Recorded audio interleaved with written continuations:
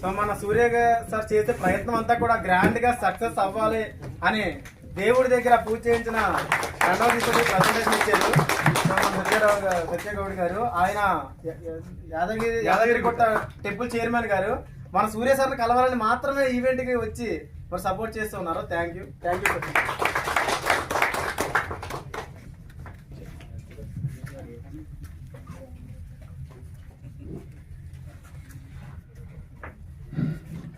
నాకు తెలిసి చెప్తాను. ముందు ఏటీఎం ఓపెన్ చేసుకోండి. ఇక్కడ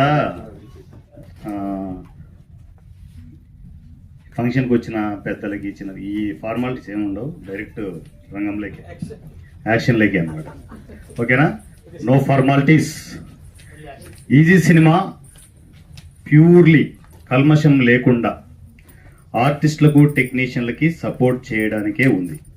అది ఎంత దూరము అంటే చిన్న సినిమా అని చిన్న సినిమాను కార్ల కిందనే, 2 కాళ్ళ కిందనే అనగదుక్కి పెడుతున్నారు. చిన్న సినిమా ఇండస్ట్రీ నెత్తిన కూర్చుంది. గుర్తుపెట్టుకుని రాసి పెట్టుకోండి.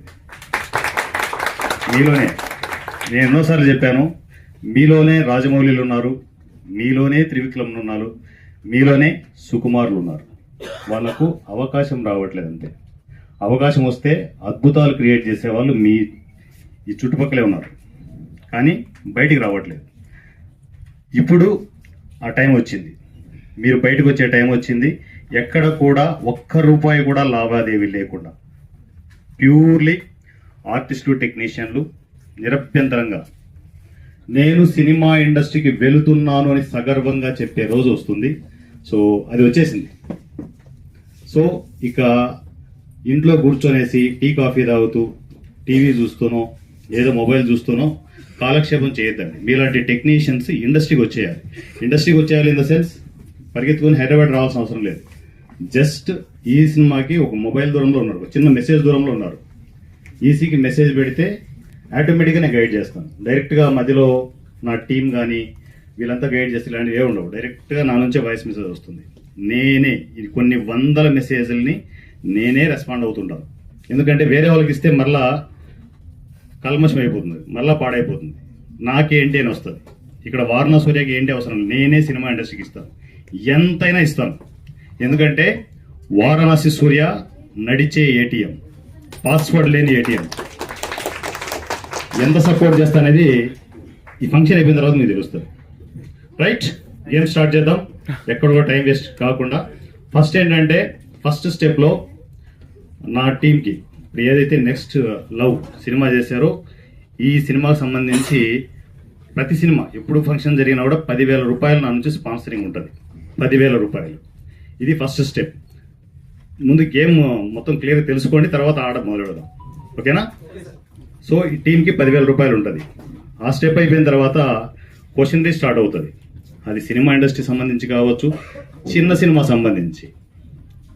మీరు కాంట్రవర్సీ అడుగుతారంటే నాకు పోయేదేం లేదు, కానీ ఏదైనా నేను సమాధానం చెప్పగలను. కాకపోతే ఏంటంటే కాంట్రవర్సీలకు నేను వెళ్ళట్లేదు. ఎందుకంటే చిన్న సినిమా బతికించే పనిలో నేను ఉన్నాను.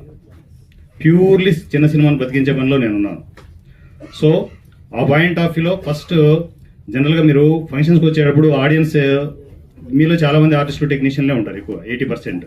వీళ్ళు ఏం చేస్తారు, ఫంక్షన్కి వెళ్తే ఎవరైనా పరిచయం అవుతారేమో, ఏదైనా అవకాశం వస్తుందని చెప్పి వస్తారు, కూర్చుంటారు, ఆ ఫంక్షన్ చూస్తారు, ఏదో 4 మాటలు చెప్తారు, వెళ్ళిపోతారు, ఊసరోమని ఇంటికి వెళ్ళిపోతుంటారు.